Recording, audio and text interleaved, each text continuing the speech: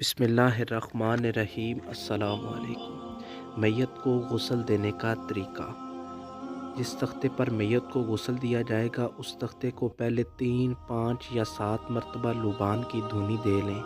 फिर उस पर मैयत को किबला रुख करके या जिस तरह भी आसान हो उस तरह लेटा लें। इसके बाद मैयत के कपड़े उसके बदन से काट लें और एक तहमद उसके सतर पर डाल लें। ये तहमद मोटे कपड़े का हो ताकि भीगने के बाद उसका सतर न झलके, और ये तहमद नाभ से लेकर पिंडली तक होना चाहिए। फिर उल्टे हाथ में दस्ताना पहनकर मैयत को इस्तिंजा कराएं। इसके बाद वज़ू कराएं। वज़ू में ना कुल्ली कराएं, ना नाक में पानी डाला जाए, ना गिट्टों तक हाथ धोए जाएं। कोई कपड़ा या रुई वगैरह उंगली पर लपेट कर उसे गीला करके होंठ, दांत, मसूड़ों पर फेर लें। फिर इसी तरह नाक के सुराख को भी साफ़ कर दें। इसके बाद नाक, मुंह के सुराखों पर रुई रख दें ताकि गुस्ल के वक्त पानी अंदर ना जाए।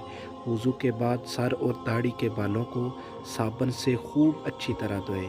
फिर मैयत को उल्टे हाथ की तरफ करवट दिलाकर बैरी के पत्तों का पका हुआ पानी या कंगा पानी 3 मरतबा खूब अच्छी तरह सीधी करवट पर से सर से लेकर पैरों तक बहाएं ताकि पानी उल्टी करवट के नीचे तक पहुंच जाए।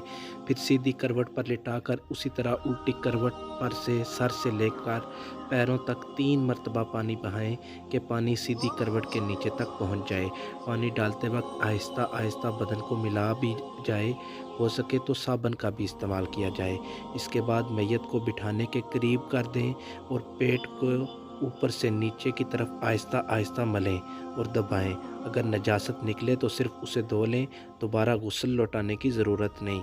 इसके बाद उसको उल्टी करवट पर लिटाकर काफोर मिला हुआ पानी सर से पैरों तक 3 मरतबा डालें। फिर सारे बदन को तौलिया वगैरह से या साफ़ कपड़े से पोंछ दें।